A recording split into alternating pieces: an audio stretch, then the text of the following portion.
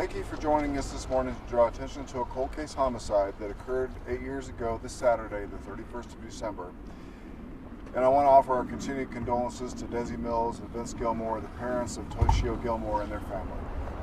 We are committed to solving homicides regardless of the time that's passed, and we are motivated to seek justice for families such as this who continue grieving for the loss of their loved ones. I want to thank Metro Crime Stoppers for their continued partnership. Representing them here today are Metro Crime Stoppers Vice President Danny Goraki and Treasurer Tyler Ashley Goraki. Metro Denver Crime Stoppers and our community members are critical partners in solving crimes and enhancing safety in our community. Here are details I can share regarding this case. On the morning of December 31st, 2014, a bystander of the Renaissance Apartments here at Lowry Boulevard in Alton Way called to request a welfare check for a man outside on a couch, possibly unconscious. This was a snowy morning, much like today, and the specific location was in front of Building 5, which you can see behind me here. Upon arrival, the paramedics discovered the man was deceased. The investigation conducted by Denver Police Homicide Unit revealed the victim, 33-year-old Toshio Gilmore, had been shot. The Denver Office of the Medical Examiner determined a gunshot wound was the cause of death. Through the investigation, it was determined Mr. Gilmore lived here in this complex with his mom. There was evidence that Mr. Gilmore was shot in the area in which he was found deceased. Numerous residents were interviewed by investigators, but it is unknown at what time the shooting occurred, since there were no reports of gunfire and there were no reports of a disturbance in the area. All actionable leads were investigated, and the plea for tips from the community in the early stages of the investigation did not result in any new information. So as the 8-year anniversary of Toshio Gilmore's murder approaches, Mr. Gilmore's family, the Denver Police Department, and Metro Denver Crime Stoppers make a plea for anyone with information about this unsolved homicide to share that information with investigators so the responsible individuals can be held accountable and help seek justice for the family. To encourage submissions of tips, Metro Denver Crime Stoppers has increased the reward for information up to $5,000 for this cold case homicide. Tips can be submitted anonymously by calling Metro Denver Crime Stoppers at 720-913-STOP or online at metrodenvercrimestoppers.com. And with that, I'll introduce Desi Mills and Vince Gilmore, the parents of Toshio Gilmore. Hello, thank you. We'd like to thank Denver Police Department, first of all, and Crime Stoppers for revisiting this case. It just would be great to finally get some closure on this case, and we appreciate any information that leads to the arrest and conviction of the perpetrator of this crime or persons. We once again would like to thank you and thank the Denver Police Department, Crime Stoppers, and the general public. Thank you.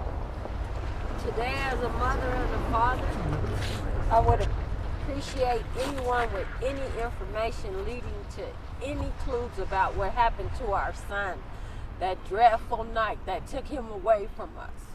No one deserves to die that way. So please, anyone with any information, we are pleading to you to call Crime Stoppers with any information that will help us find out who did this to our son, Toshio Gilmore. He was a good man. It sure is, and once just at the least, it's very tough every New Year's. New Year's isn't quite the same, so we would just pray and that we finally could get a little bit of closure on this matter. Thank you very much. Thank you, and with that, I'll be glad to answer any questions. So there's been no leads in the last 8 years that you've been able to follow, or? Nothing substantial. Again, we continue to review Crime Stoppers tips, but nothing has revealed anything that we can move forward on. How hard is this for your department to have a homicide that's gone so long without any leads or any way of solving it? Well, it's troubling. I mean, certainly any homicide is a tragedy, and it's even more tragic when we can't find closure for the family and hold someone accountable. The last 8 years, what has this been like for your family, and how tough is it? It's, well, like, once again, it's tough right around the holidays. It's tough for my kids, my other kids, their siblings, and just the entire family.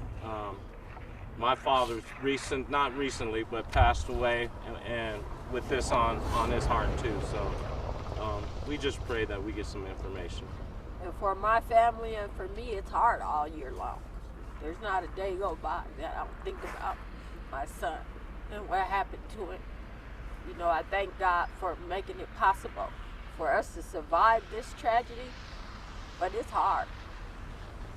We do have the blessing of having his kids and taking care of the grandkids and still have that in our life. So, but yeah, it's tough.